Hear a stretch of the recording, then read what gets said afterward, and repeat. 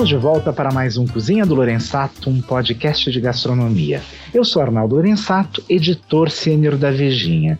E esse é o nosso gostoso bate-papo semanal, agora gravado remotamente com cada um na sua casa. É também a maneira de saber o que rola no mundo da gastronomia nessa época de isolamento social. Muito bem-vindos! Pela primeira vez, ele comanda um restaurante que ganhou o título de melhor japonês por Veja São Paulo Comer e Beber. Edson Yamashita está à frente do Ryo, aberto em 2016, mas que ficou fechado por 6 meses para uma grande reforma e voltou com uma proposta completamente diferente em maio de 2019.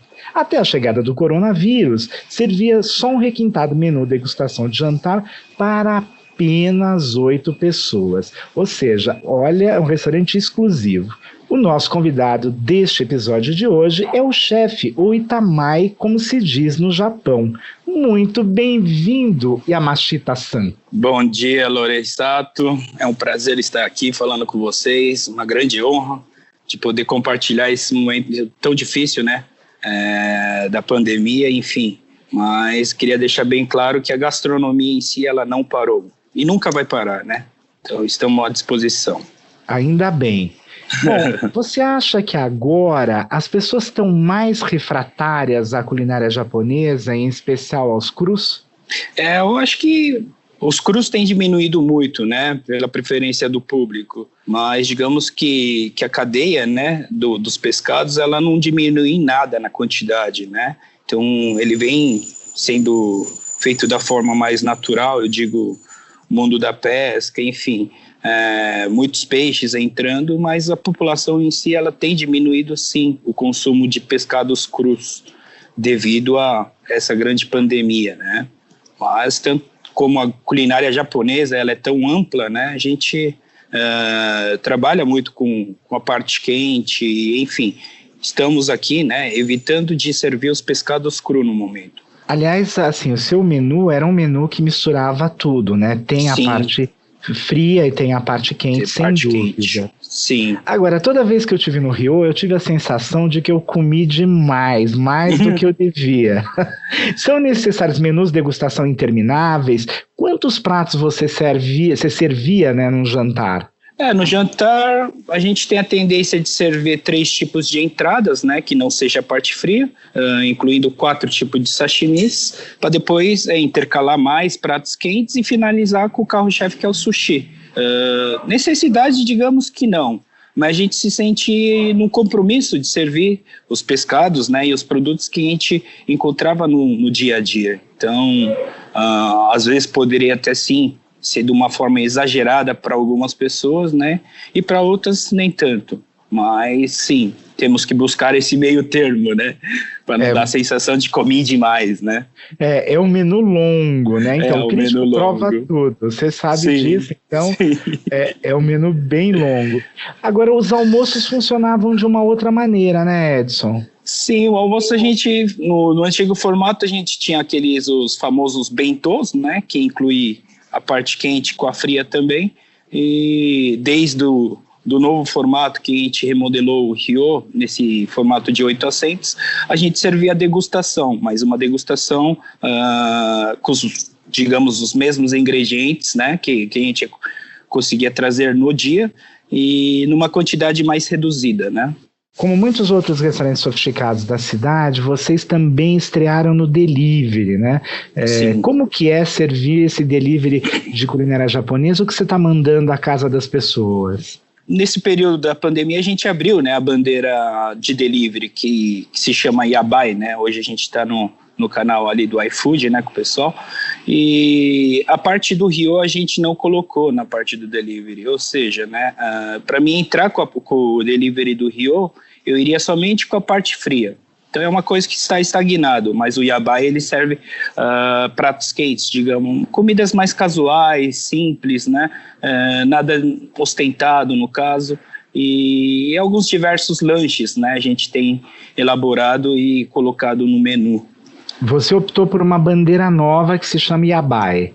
Isso, eu optei para não misturar com o conceito do Ryo, né? e é uma comida mais casual, ou seja, essa bandeira ela nasceu dentro do nosso grupo de sócios, né, que a gente faz, cada um faz viagem para fora, enfim, e traz uma novidade, né, e que a gente não fique preso em implantar algo que seja somente da culinária japonesa, sim, mas a gente está muito mais aberto e amplo para estar colocando novos pratos, novos conceitos dentro dessa bandeira Yabai. Você pode dar alguns exemplos de pratos? Recentemente a gente colocou um pão de ciabatta, né, prensado na carne chacho, né, uma panceta de porco que a gente enrola, que é o mesmo procedimento que vai nos lamens, né, nos noodles, e a gente fatia essa carne, grelhamos na brasa, e ele acompanha com um molho chimichurri, então não tem nada a ver com o japonês, né?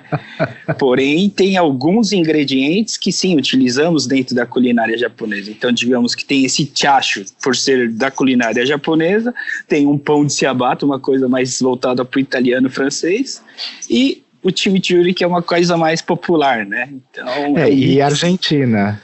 Argentino, exato. Então, uma coisa mais popular, algo que seja gostoso, né? Então, a gente está pensando em não parar, né, a gastronomia e veiculando comidas, assim, simples, né, que sejam gostosas para as pessoas. No início desse ano eu estive no Japão, para minha sorte, fazia muito tempo que eu não voltava, e uma das cidades que eu visitei foi Kyoto, né? A antiga e linda capital do Japão, que tem lá uma tradição que é o Kaiseki Hiyori, né? É o Kaiseki Hiyori que inspira o seu menu? O meu conceito é muito voltado para o kaiseki, então estou muito ligado à sazonalidade, né, de ingredientes da estação, trazendo em técnicas diferentes, tanto a vapor como a grelhada, a parte fria. Então, nesse sentido, faz com que eu consiga ter uma visão mais ampla e completa, né, do que é aquela estação, digamos, né? O kaiseki ele é muito baseado em comida de estações. Então foi um pouquinho da experiência que eu tive lá no Japão também, né? Então isso eu quis trazer aqui para o público brasileiro. E essa culinária que você faz é uma culinária muito requintada e muito específica, tanto que foi premiada. E eu queria entender um pouco como que você acredita que será o retorno, né? E, aliás, você está inspirado naquelas casas japonesas que recebem no máximo 10 pessoas por noite. Você tem 8 no seu balcão, né? É realmente uma culinária exclusiva, cara, né? E como que você acha que vai ser o retorno? Porque você está trabalhando uma linha popular agora, né? E de mais simples, de menu e bem sacada de menu para entrega, e você tem essa possibilidade da volta. Como você imagina isso? A volta eu tenho muito falado com diversos chefs, pessoas também do meio da gastronomia e com meus sócios internamente, né? Digamos que vai ter uma nova lei, né, da Secretaria da Saúde perante aos restaurantes, e a gente o que mais tem confirmado dos assuntos é o distanciamento de mais de 1 metro, né? Então, assim, a gente vai voltar no formato atendendo a 6 pessoas, né, Arnaldo? Digamos que eu tenho um certo espaço ali para 8 pessoas, eu vou eliminar 2 cadeiras, mas eu vou conseguir ter esse distanciamento de 1 metro para cada casal, digamos, né? Então atenderemos 3 casais por noite. Essa é a nossa visão, que a gente vai dar continuidade no nosso trabalho, ou seja, a gastronomia em si a gente não vai parar de criar coisas novas e até resgatando alguns pratos originais e tradicionais da culinária kaiseki. Mas a gente não sabe exatamente a data, né, que a gente vai estar podendo atuar nesse formato. Você tem bastante espaço lá. Você eventualmente vai voltar com 1 ou 2 mesas para poder compensar essa perda do balcão? No Rio? Não. A gente pretende mesmo em atender esse número de pessoas que são 6 pessoas, né, a cada giro, digamos. Mas eu estou prevendo de atuar em menos dias da semana, como a gente abria de terça a sábado. Eu estou pensando em fechar um dia a mais, né? E trabalhar, digamos, terça, quarta, quinta e sexta, né? E promover alguns jantares na casa de convidados, né? Que atenda um número aproximadamente a 6 a 8 pessoas, né? Que não seja de muitas pessoas, mas a minha visão é que o que as pessoas faziam antes, né, da pandemia, elas saíam de casa para vir até o estabelecimento. Eu acho que o cenário vai mudar, é o estabelecimento que vai ter que ir até a casa das pessoas. Então, estamos nos reinventando, né, digamos, e seria uma forma muito legal, sim, se implantasse nesse sentido, né? Imagina, Arnaldo, a gente ir até a sua casa, fazer o sushi, você trazer seus convidados, seria uma coisa bacana também. Eu chamo isso de o delivery completo, né? Porque você não pede só a comida, exatamente. Você pede o chefe para ir à sua casa, né? E eu acho muito legal a interação, né? De você estar indo no ambiente da pessoa, conhecendo mais a pessoa, enfim, proporcionando, né? Novas experiências para diversas e mais pessoas, né? Tem tantas pessoas que já tiveram desejo de vir para o Rio, não tinham, né, assentos reservados, enfim, não conseguiram vir até hoje, e por que não? A gente não pode ir até a casa dessa pessoa e fazer esse jantar para eles, né? Eu acho que é um novo formato que cabe muito bem no meio dessa pandemia, no meio que eu falo, quando acabar a pandemia, né? Perfeito. Agora, come-se comida japonesa autêntica em São Paulo? Em quais restaurantes? Eu acho que São Paulo, eu voltei já fazem 15 anos, né, Arnaldo, lá do Japão para cá. Nesse período de 15 anos, cresceram muitos restaurantes que servem uma comida autêntica, né, próxima do Japão. Eu digo que das casas que eu pude degustar, né, tanto o Shinzushi, quanto o Kan, quanto o Aizome da Thelma, tem o Izakaya Kitokito, o Kuroda, tem muitos pratos autênticos, sim, próximos do que você estaria comendo no Japão. Então, eu acho que a gastronomia japonesa é uma das gastronomias que mais cresceram nesses últimos 15 anos que eu venho acompanhando a cidade. Você disse certa vez que para conhecer um restaurante no Japão autêntico, se prova o peixe marinado, a enguia, o ovo e o polvo. Por que esses são os itens essenciais? Em casa de sushi é praticamente como se fosse uma regra, né? Nós que estamos trabalhando na área, sempre o mestre nos dizia, né? Guarda seu dinheiro, para um dia, eventualmente, você ter uma experiência diferenciada. É importante você comer em outros restaurantes que sejam da sua área. Então, como na época lá que eu estava no Japão, eu estava num restaurante de sushi, era uma das coisas que eu mais fazia, né? Guardava um dinheiro, ia para os bairros mais nobres, tipo Ginza, né? Ia lá, comia ótimos sushis, e sempre era uma base. Porque o polvo, o ovo, a enguia e o marinado, porque são os 4 produtos, né, que inclui, que entra muita técnica de cada casa, então diferenciado de cada casa, sendo que o ingrediente mais diferenciado é o arroz, né? Então a percepção do arroz é o primeiro item. O segundo item seria a técnica da marinada, o omelete, né? O quanto que ele se dedica, porque o omelete mexe muito com a paciência, né, Arnaldo? Não é uma coisa que você vai falar, pô, tô sem e eu vou fazer agora, não, é uma coisa que você tinha que estar planejado desde algum tempo atrás, né? Então, o polvo é a textura, né? A enguia é a técnica do cozinhamento, né?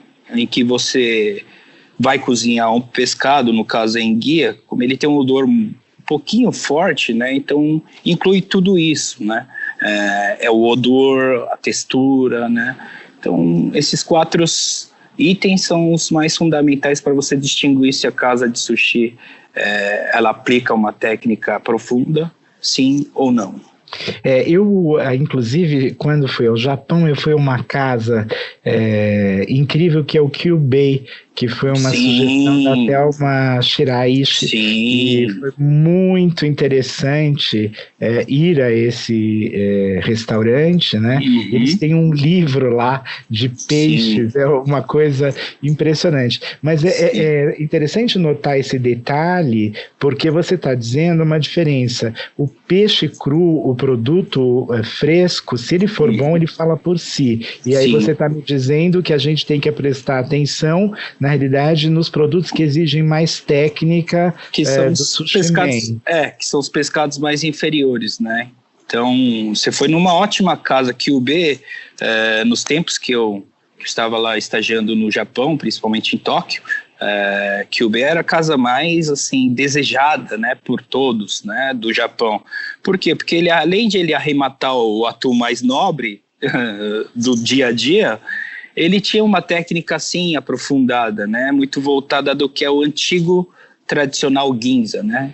Então, o Jiro é uma delas, né, antigo, tradicional, e o Kyubey é muito próximo, né, do que o Jiro serve, né, então, assim, o Jiro ficou muito popular e famoso devido às séries Netflix, enfim, e o Kyubey nunca foi falado, mas dentro do Japão, o Kyubey é tão mais falado quanto o Jiro lá dentro, né? Não, é impressionante, as filas são gigantes. Sim. Agora, você que se tornou esse cozinheiro todo cheio de técnica, exemplar e tal. É verdade que você estreou na cozinha da sua casa fazendo miojo e ovo frito? Sim, cada dia que eu cozinhava isso, digo que quando eu tinha uns 7, 8 anos de idade, né, a paixão veio por aí.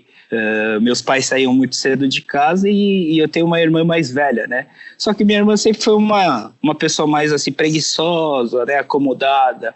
E eu fui mais sempre daquilo de, poxa, vamos inventar umas coisinhas, sabe? Então, nem que seja um ovo frito, vamos fazer melhor do que o ontem, né? Então, colocava vários e vários ingredientes e daí nasceu a paixão, né? O miojo também foi uma delas, né? O como fazendo uma textura mais al dente, como deixar ele mais macio, enfim.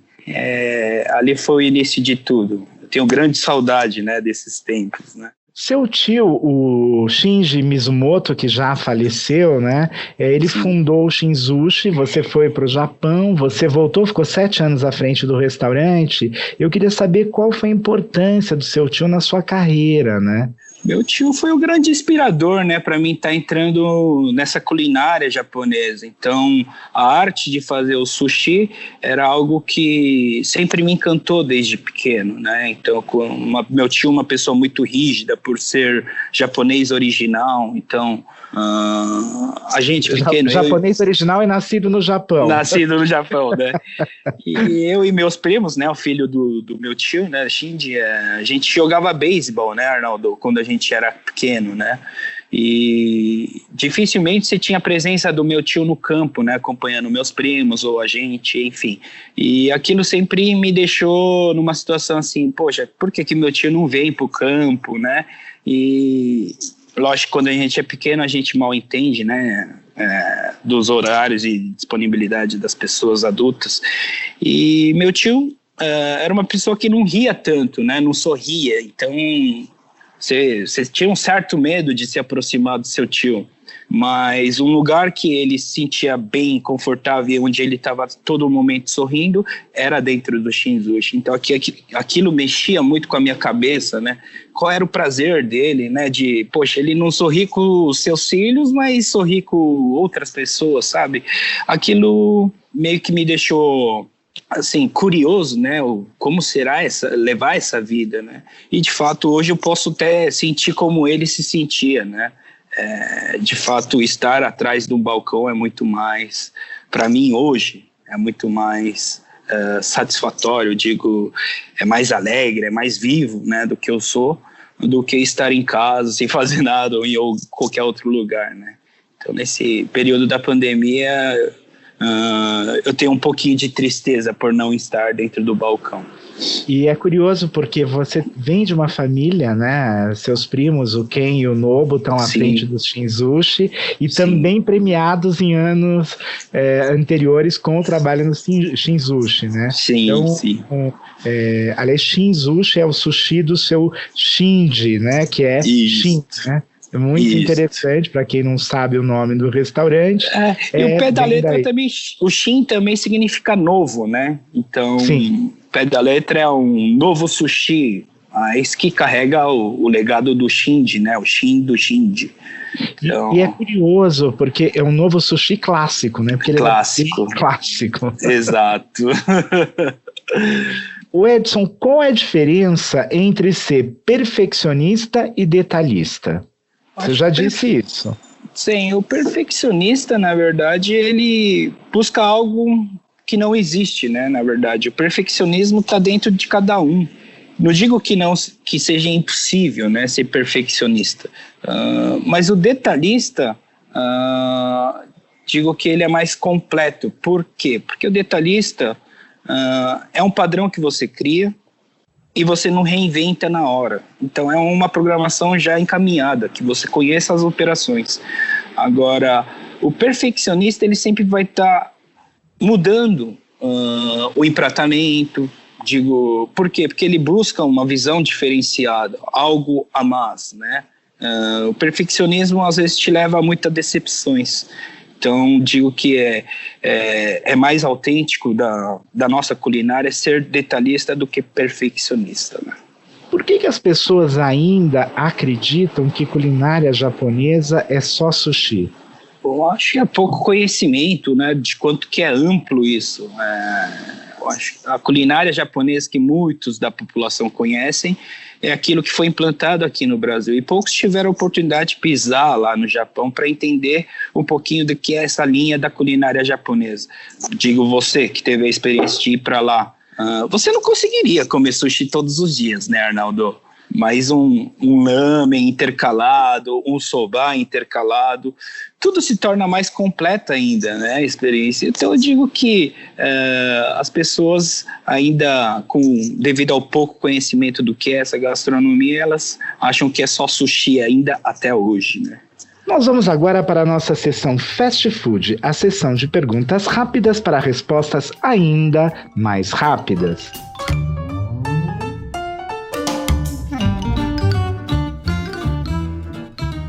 O que você acha dos cursos rápidos que formam Sushi Man num fim de semana? O que eu acho? Poxa, Arnaldo, é bem complicado de eu dizer isso para você, né? O que a gente levou 10 anos, as pessoas estão levando uma semana, né? Ou 2, 3 dias. Então, não sou o perfil ideal para poder responder isso. Mas o que eu digo é que quem está implantando os cursos, né? Quem está com a motivação de ensinar as pessoas, ele tem um bom intuito, né, de fazer com que as pessoas aprendam um pouquinho do que é a técnica. Eu sei que fica muitas técnicas em vago, né, porque a pessoa também não tem tanto esse conhecimento por talvez não trabalhar na área, né, digo só ensinando as pessoas, mas não atuando em restaurantes, mas o procedimento em restaurante ele é muito mais trabalhoso, sim. É preciso ser oriental para fazer boa comida japonesa? Não. É preciso ter bom intuito de servir o melhor de si. Como campeão de restaurante japonês por Veja Comer e Beber, quais são os outros profissionais da categoria que você admira e respeita? Bom, eu admiro muito o Egashira, né, do Kansuke, né? Admiro muito o Ken, do Shinzushi, a Thelma, do Aizome, o Murakami, do Mura, né? O próprio Jun Sakamoto, grande lendário da cidade, assim como de outras culinárias também, Luiz Felipe, do Ivai, o Alberto Landgraf, lá do OTEC do Rio, o Tuju, né, o Ivan Halston, enfim, tem muitos grandes chefs sim na cidade, que eu admiro e aprecio muito. Em qual restaurante você nem passaria na porta? Que eu nem passaria na porta? Acho que nenhum, Arnaldo. Um prato excepcional que você comeu enquanto morava no Japão e nunca mais saiu da sua memória? Zosui. Zosui seria uma caldeirada que você come, sobra aquele caldo, e com esse caldo você coloca o arroz e o ovo, um simples zosui, que eu comi na cidade de Kyoto. Ele era feito apenas com um tipo de pescado, que era do peixe tamboril, sabe aquele peixe sapo? Era um nabe, né, feito daquele pescado, onde que o toque final ele acrescentava o fígado do próprio peixe e dava aquela gratinada, uma sensação como se fosse um foie gras. Então era uma coisa muito diferente. Eu penso em implantar isso hoje aqui, sim. Porém, o mais difícil de encontrar é o fígado desse peixe. O peixe em si a gente encontra, o fígado dele a gente não. Você pensa em servir gônadas de peixe que são muito comuns e caras no Japão em restaurantes bons? Pensar eu penso, Eu não sei quando que vai ser possível poder servir isso, por ser tão a técnica tão específica e uma coisa tão nobre, né? Qual foi seu pior erro na cozinha? Meu pior erro na cozinha, acho que as coisas mais básicas e simples, que você está disperso e você erra as ordens de técnica, né? Eu acho que essa é uma das pior erro, né, que você pode cometer dentro da culinária. E o maior acerto? Maior acerto, ter paixão por esse ramo. Nós vamos agora para a nossa sessão Receitinha, a sessão mais gostosa do podcast Cozinha do Lorenzato, que acabou de completar 1 ano. Estamos em festa e vamos ficar por muito tempo. Parabéns, poxa.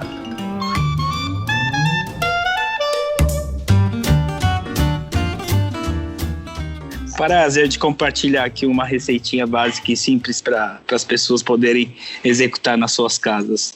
Bom, hoje eu vou falar um pouquinho do Horenso gomae. Horenso significa o espinafre, né? Que ele é caramelizado, gratinado com um molhinho à base de gergelim. Então, é uma receitinha simples, básica, que os japoneses comem no seu dia a dia, nos cafés da manhã, enfim, em qualquer horário, né? Vamos lá para a receita. Você vai pegar um maço de Horenso, de espinafre japonês, tá bom, galera? Japonês, que tem aquele talinho mais roxo, né? Então vamos pegar esse espinafre, um maço dele.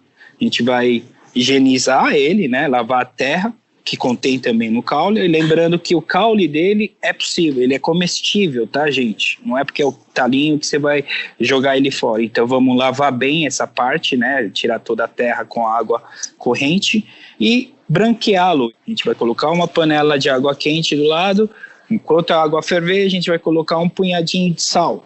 Colocando esse punhadinho de sal, a gente vai colocar a primeira parte do talo, que é uma parte mais dura, né? A gente vai branquear, cozinhar, né? A gente vai cozinhar um pouquinho essa parte do talo e depois jogar o resto, a parte verde, né?